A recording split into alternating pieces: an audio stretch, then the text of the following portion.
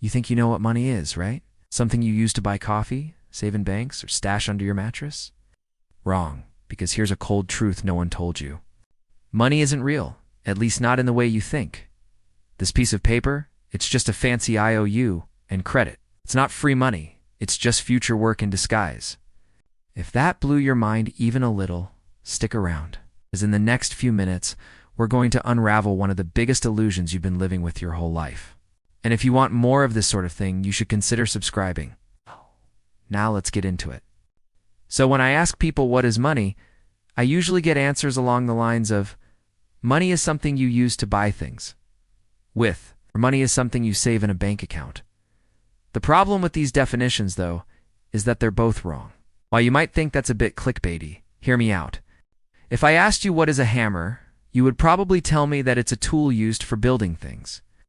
But if I handed over a hammer to you and said, hey, here's $5, go buy yourself a banana with it, you would be pretty confused. Bananas don't cost $5 and you couldn't buy one with a hammer.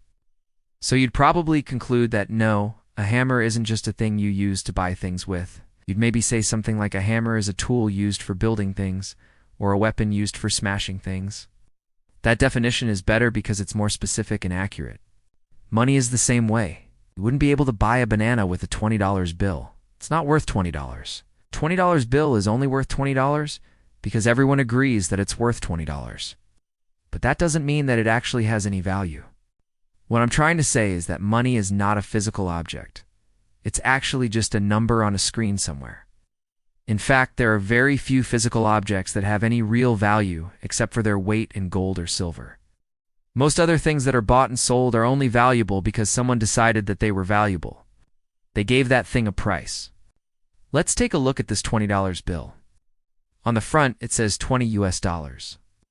This means that this $20 bill represents a claim on $20 worth of labor from the US government. If you wanted to, you could take this $20 bill to the US government and demand that they give you $20 worth of labor. But the US government isn't going to give you $20 worth of labor because this is a worthless piece of paper. The only reason that it says $20 on the front is because the US government said so. The same is true for all other forms of money. When you put your money into a bank account, you're giving that bank a claim on some amount of labor from the Federal Reserve. The Fed will then take that claim on labor and give you a claim on its own labor in exchange. Eventually, some other person will take that claim on labor and exchange it for their claim on labor, which is cash. At no point in time does anyone ever actually see the cash. All they ever see is a number on a screen somewhere. The only real value that money has is the value that we ascribe to it. And since we humans are emotional, illogical creatures who ascribe values to things based on how we feel, money's value can fluctuate depending on how much trust we have in the system.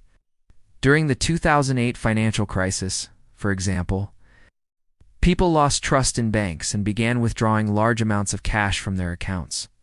The banks were having trouble getting their hands on enough physical cash to hand out to customers, but the value of money didn't change.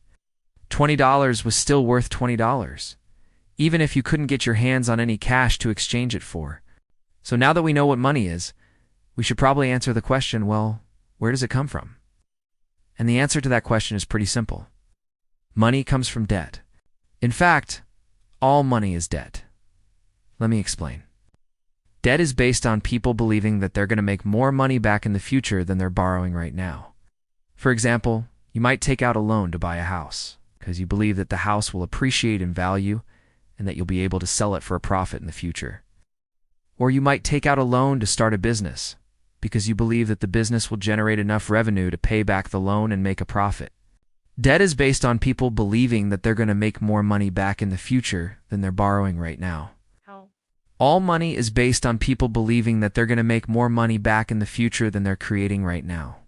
For example, if someone pays you $100 to write a blog post, that $100 is based on the belief that the blog post will generate more money back in the future than the $100 being paid right now. The same is true for all money. When someone pays you for something, they're essentially lending you money with the expectation that you'll be able to make more money back in the future than they're paying you right now. So what does this mean? Well, it means that money is really just a way of recording debts. Every time you make a transaction, you're essentially creating a new debt. When you buy a cup of coffee for $5, you're creating $10 worth of debt. The coffee shop is creating $5 worth of debt when it gives you the coffee, and you're creating another $5 worth of debt when you pay for it with your money. Now, this might sound confusing, but it's actually really simple. Let's go back to the example of you buying a cup of coffee for $5. When you buy the coffee shop creates $5 worth of debt because now it owes you $5 worth of labor. The coffee shop then takes that debt and uses it to buy supplies from a supplier. Supplier creates another $5 worth of debt because now it owes you $5 worth of labor. Eventually, someone ends up having to pay off all that debt with actual labor. And that's where the money comes in. When someone pays off all that debt with labor, they're effectively creating money. The whole point of this is to show you that money is really just a way of keeping track of debt. Every time you make a transaction, you're creating new debt. And that debt eventually has to be paid off with labor, which is where the money comes from. That's why it's so important to understand how debt works, because all money is ultimately based on debt. Understanding how debt works will help you understand how the economy works. It'll also help you make better financial decisions because remember, every time you make a transaction, you're creating new debt. Let's say you're thinking about buying a new car. If you understand how debt works, you'll be more likely to think twice before taking out a loan for $40,000 because you'll know that that loan is based on the belief that you'll be able to make more. It's money back in the future than you're borrowing right now. If you don't understand how debt works, you might be more likely to take out that loan without thinking twice, which could lead to financial ruin. Understanding how debt works is crucial to understanding personal finance and the economy as a whole. It's important to understand that money is not a physical object.